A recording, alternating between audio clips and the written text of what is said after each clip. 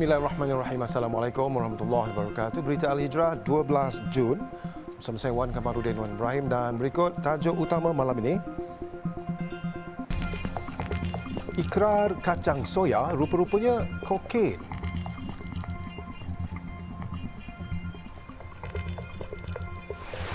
Juga jemaah haji wanita dari Raub meninggal dunia di Mekah.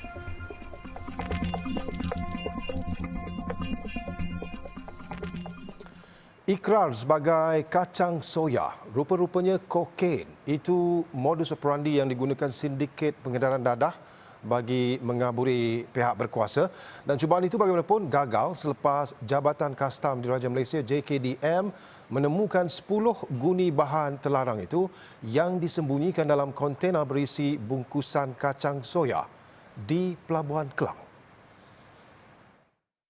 Ketua Pengarah Kastam Datuk Zazuli Johan berkata pihaknya berjaya merampas dadah dipercayai jenis kokain seberat 302.2 kilogram dengan nilai anggaran 60.44 juta ringgit. Jabatan Kastam dari Malaysia telah menerima maklumat risikan daripada Direktorat Jeneral Kawalan Narkotik Kementerian Dalam Negeri Arab Saudi mengenai kontena berukur 20 kaki yang akan tiba di Port Kelang pada hari Selasa 5 Jun 9.45 malam. Berdasarkan maklumat yang tepat diperolehi, operasi tersebut telah berjaya dan semasa pembongkaran pasukan narkotik Ipoh Jaf telah menjumpai 10 guni mengandungi serbuk dadah putih kokain seberat 302.20 kg. Anggaran rampasan adalah 60 juta. Datuk Zazuli berkata demikian pada sidang media di cawangan narkotik Ibu Pejabat JKDM Kampung Juan Nilai, Negeri Sembilan. Hasil siasatan awal mendapati kontena berkenaan dibawa dari sebuah negara di Amerika Selatan sebelum transit ke sebuah negara di Asia Tenggara, namun ditahan sebaik tiba di Pelabuhan Kelang, Selangor. Kontena tersebut dipercayai untuk dihantar ke sebuah negara di Asia Selatan. Kejayaan rampasan itu adalah satu daripada 3 serbuan berasingan yang dilakukan JKDM awal bulan ini bagi menumpaskan sindiket pengedaran dadah antarabangsa. Pada satu serbuan lain, 4 Jun lalu, JKDM menemukan 25 paket serbuk putih disyaki dadah jenis ketamin dengan nilai anggaran 1.52 juta ringgit yang disorok di dinding kontena sejuk beku berisi makanan laut. Manakala satu lagi rampasan berasingan pada 6 Jun lalu, 15 kotak yang diikrarkan sebagai periuk dan pasu seramik telah disita di Kompleks Kargo Udara KLIA Sepang, Selangor. Pemeriksaan ke atas kotak tersebut menjumpai 107 bungkusan plastik yang mengandungi bahan ketulan putih disyaki dadah jenis ketamin dengan nilai anggaran 7.593 juta ringgit. Usaha untuk mengesan suspek yang mengimport barangan itu giat dijalankan berikutan pengimport menggunakan maklumat palsu di dalam dokumen pengimportan. Seorang jemaah wanita dari Raub Pahang meninggal dunia di Mekah pada 4 Jun lalu selepas mengalami kegagalan jantung. Terdahulu, keadaan kesihatan jemaah berkenaan dikesan petugas perubatan di klinik penginapan sebelum dirujuk ke pusat rawatan tabung haji di Mekah kira-kira jam 9 malam hari sama. Ketua Rombongan Haji Malaysia Datuk Seri Syed Saleh Syed Abdul Rahman berkata jemaah itu disahkan meninggal dunia di bilik kecemasan pusat rawatan berkenaan pada jam 11.50 malam. Jenazah telah selamat dibawa ke Masjidil Haram untuk disembayangkan dan seterusnya dikebumikan di tanah perkuburan Asy-Syaraya' di Mekah Al-Mukarramah.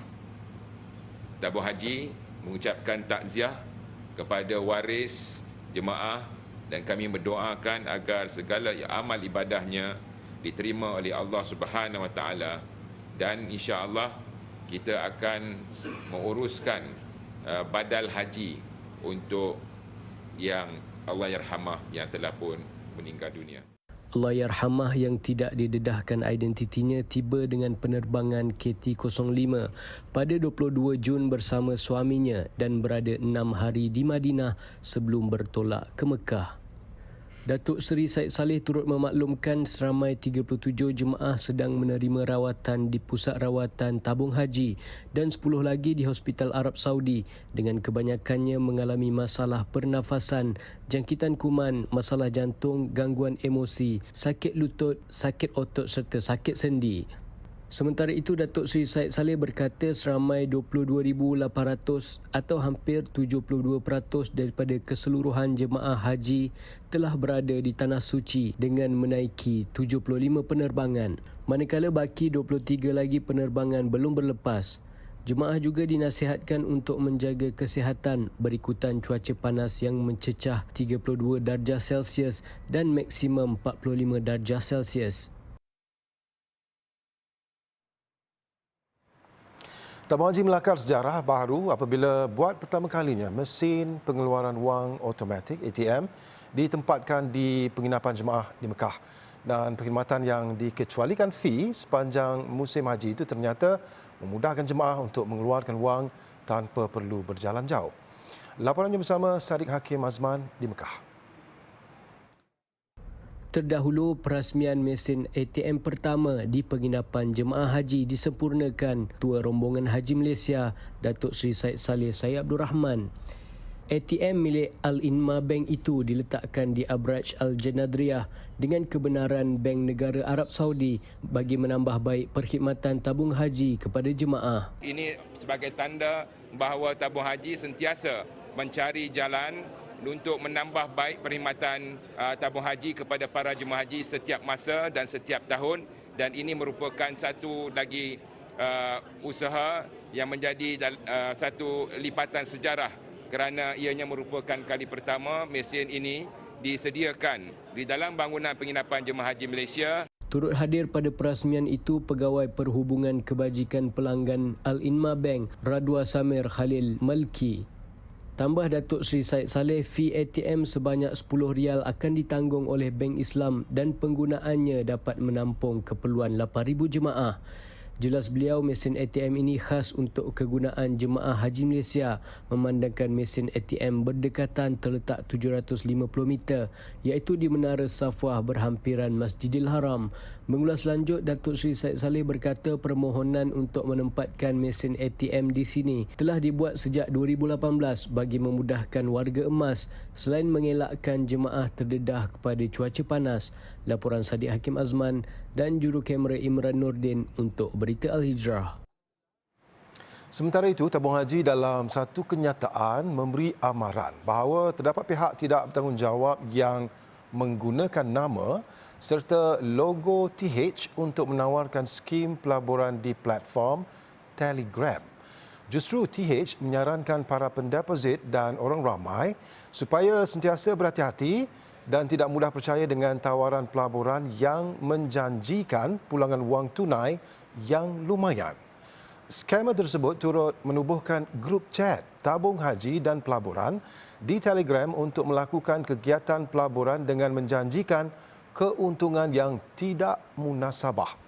TH turut menasihatkan supaya pendeposit maupun orang ramai untuk tidak percaya dengan tawaran dari pihak ketiga.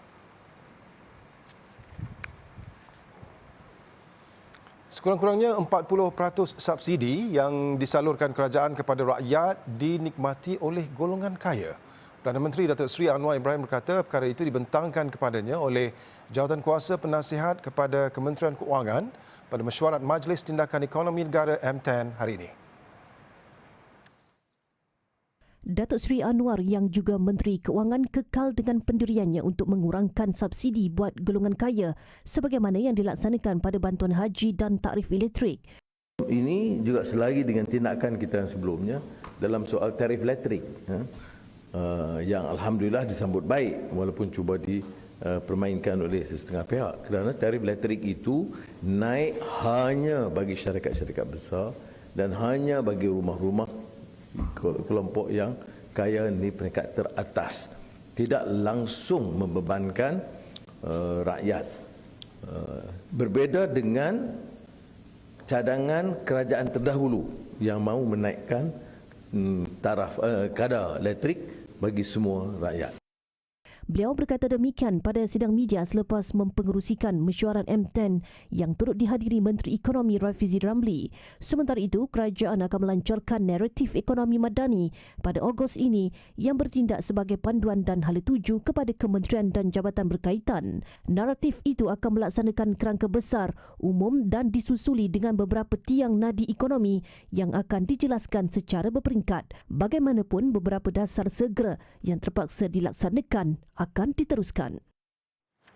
Sementara itu, dalam acara berlainan, Datuk Seri Anwar berkata pihaknya akan memberi tumpuan kepada pembinaan rumah penjawat awam baharu serta baik pulih kediaman sedia ada bermula tahun depan.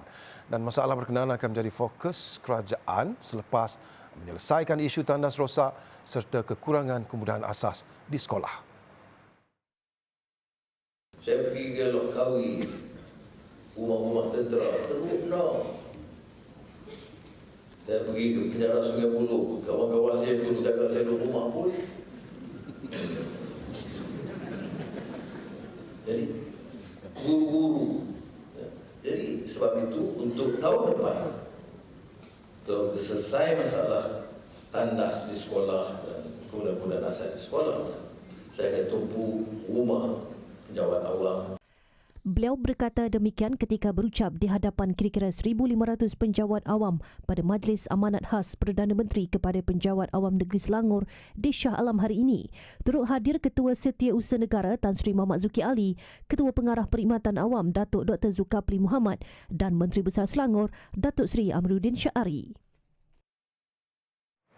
Dalam pada itu, Menteri Besar Selangor Datuk Seri Amiruddin Syari menafikan dakwaan bahawa Dewan Undangan Negeri DUN Selangor akan dibubarkan pada 19 Jun ini bagi memberi laluan kepada Pilihan Raya Negeri PRN. Jadi memang 19 tu tidak adalah sebab tuanku nak bersiap ke Mekah dan sebagainya. Kalau kita tergesa-gesa pun tak patut. Jadi kita kena tengok jadual. Saya tengah tunggu tuanku punya perkenan. Tuanku pun ada bermacam pertimbangan dan juga ada pelbagai perkara yang nak dirujuk dengan peguam, dengan undang-undang, dengan tradisi state dan sebagainya. So saya serahkanlah sebab kalau tak kita akan terbubar secara automatik pada 25. Mangsa tanah runtuh mahu hitam putih status keselamatan kediaman. Kerajaan Persekutuan mahu peranan Jabatan Kemajuan Islam Malaysia JAKIM diperluas bagi mengangkat darjat dan martabat negara. Perdana Menteri Datuk Seri Anwar Ibrahim berkata di bawah kepimpinannya, pihaknya mahu badan itu turut berperanan dalam melakar rangka dasar pembangunan negara berteraskan Malaysia Madani. Sebelum ini, termasuk beberapa tahun yang lalu dalam kerajaan, itu JAKIM itu kerjanya dakwah, latihan, termasuk menganjur bersama kerajaan negeri tentunya, tilawah. Tetapi dalam rangka rancangan Malaysia ke-12, dalam rangka belanjawan madani, dalam melakukan reform institusi-institusi kerajaan dan negara, JAKIM kurang berperanan. Saya di sebaliknya telah mengarahkan supaya peranan baik mufti atau ulama ataupun tokoh-tokoh di JAKIM supaya selari dengan perkembangan ini, supaya input mereka itu dapat memanfaatkan, dapat memberi manfaat dan mengangkat martabat, harakat, derajat negara kita. Tambah Datuk Seri Anwar, komitmen kerajaan perpaduan dalam mempertahankan Islam sangat jelas apabila pihaknya menambah peruntukan kepada JAKIM, bahkan beliau turut mengadakan pertemuan bersama kepimpinan JAKIM baru-baru ini. Beliau berkata demikian ketika berucap pada Majlis Tilawah dan Hafazan Al-Quran Peringkat Kebangsaan MTHQK Negeri Pulau Pinang di Pusat Convention PICCA at Arena Butterworth. Dalam pada itu, umat Islam diseru untuk terus memanfaatkan mukjizat Al-Quran dengan membicarakan soal kemampanan dan sistem nilai yang dianjurkannya tanpa mempertahankan sesuatu yang bertentangan. MTHQK adalah program tahunan JAKIM yang dianjurkan bersama kerajaan negeri bagi menggambarkan komitmen kerajaan dalam menerapkan budaya minat membaca Al-Quran dan memahami intipatinya dalam amalan kehidupan seharian. MTHQK berlangsung selama 6 hari bermula semalam membabitkan penyertaan 108 peserta dari seluruh negara berusia 10 hingga 25 tahun. Golongan muda terutama pelajar perlu diberi kefahaman mengenai bid'ah agar tidak berprasangka buruk terhadap golongan ulama serta umat Islam lain. Dan ahli Majlis Fatwa Mesir, Syekh Dr. Ahmad Mamduh mengakui bahawa wujud anasir yang cuba memecah belahkan umat Islam akibat kurang kefahaman berhubung bid'ah. في الحقيقة نحن في وقت عصيب تستغل فيه بعض التيارات المنتسبة إلى الدين بعض المفاهيم الخاصة لهم التي لم يشاركهم فيها علماء الأمة يستعملونها للترويج لأفكارهم المغلوطة. ومن هذه المفاهيم المغلوطة فهمهم لمعنى البدعة، وغلطهم في معنى البدعة مخالف للفهم الذي سار عليه علماء المسلمين في كل البلاد وفي كل الأزمان. Tambah Syekh Dr. Ahmad, salah faham mengenai bid'ah akan menyebabkan khilafiyah atau perselisihan pendapat dalam hukum agama sehingga berlaku percanggahan pandangan. Justru umat Islam wajar diberi pemahaman mengenai bid'ah secara terperinci mengikut Al-Quran dan Sunnah.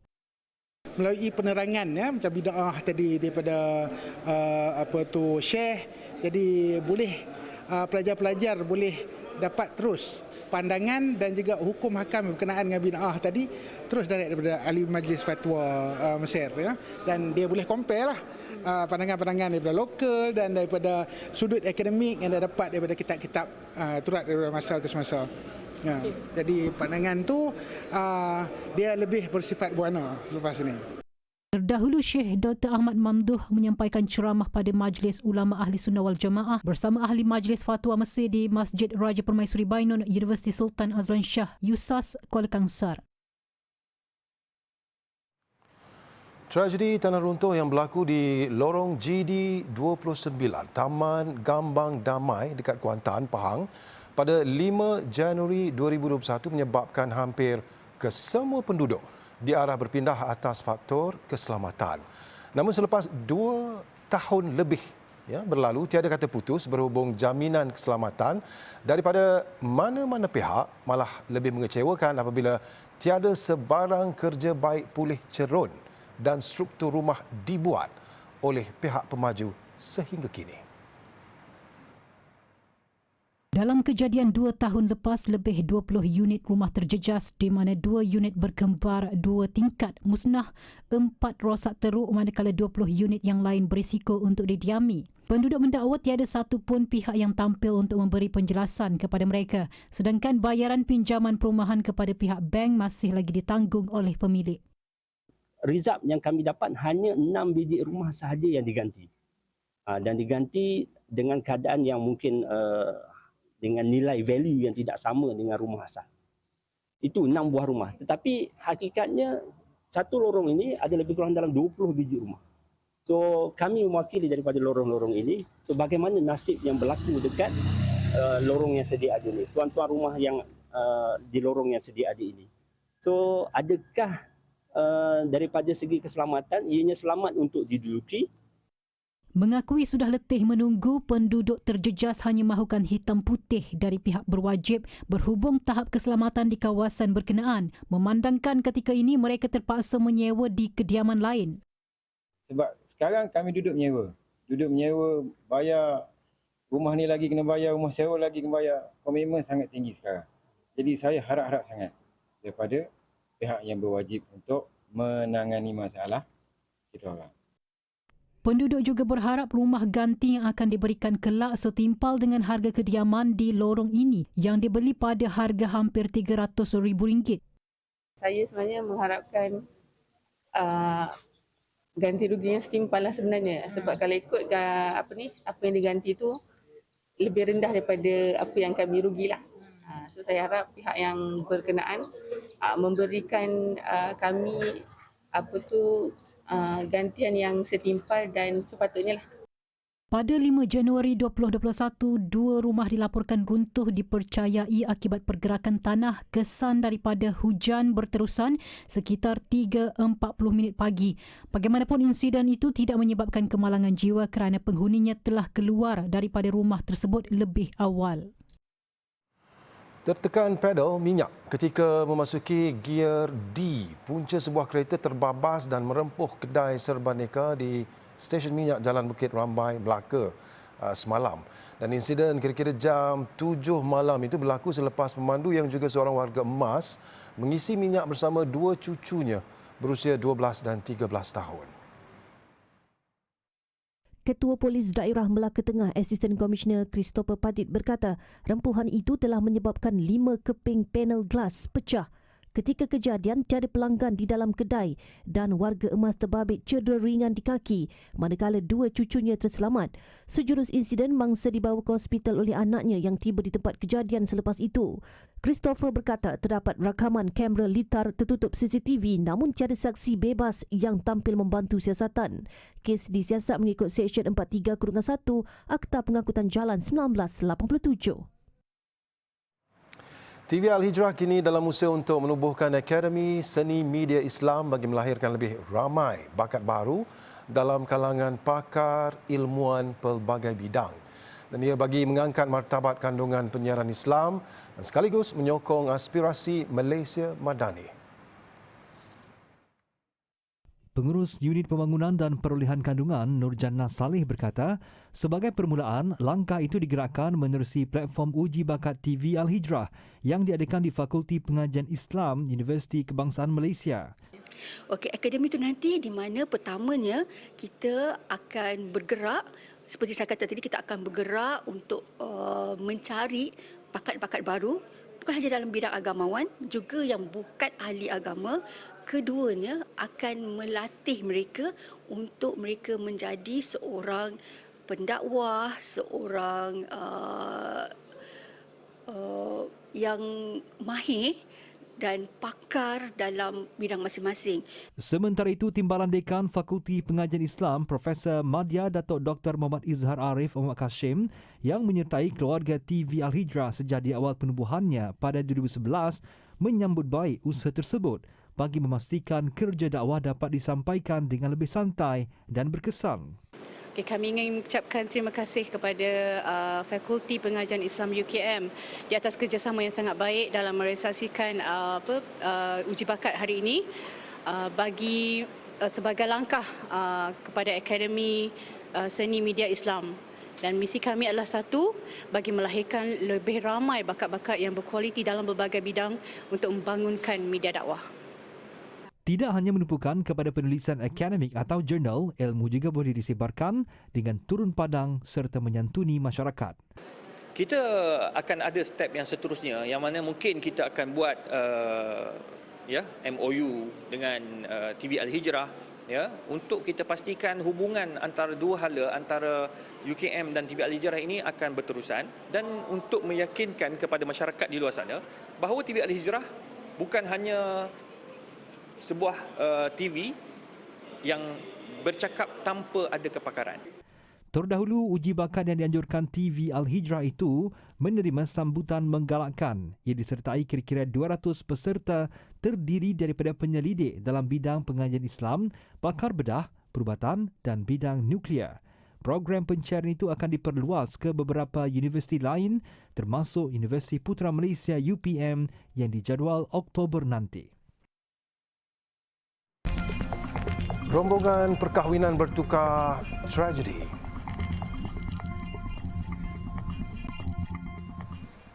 Sekurang-kurangnya 10 korban dalam kemalangan melibatkan sebuah bas yang membawa rombongan perkahwinan di utara Sydney, Australia.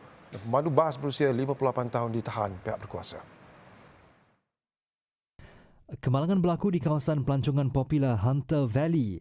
Ketika kejadian, kesemua penumpang baru selesai menghadiri majlis perkahwinan di sebuah ladang anggur.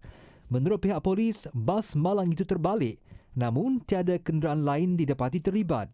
Selain mengorbankan 10 nyawa setakat ini, insiden itu turut mencederakan 25 penumpang yang lain. 2 daripada penumpang yang cedera diterbangkan ke hospital dengan helikopter. Pemandu bas kini ditahan polis bagi membantu siasatan. Kemalangan ini adalah yang terburuk pernah direkodkan di Australia dalam tempoh 16 tahun. Pengguna jalan raya di Philadelphia, Amerika Syarikat berdepan detik cemas apabila sebahagian struktur sebuah lebuh raya bertingkat di bandaraya itu runtuh. Insiden berlaku susulan kebakaran sebuah lori minyak di bawah lebuh raya tersebut. Menurut laporan media, kebakaran tercetus kira-kira jam 7 pagi waktu tempatan. Api yang marak menyebabkan sebahagian lebuh raya bertingkat Interstate 95 turut terbakar sebelum sebahagiannya runtuh.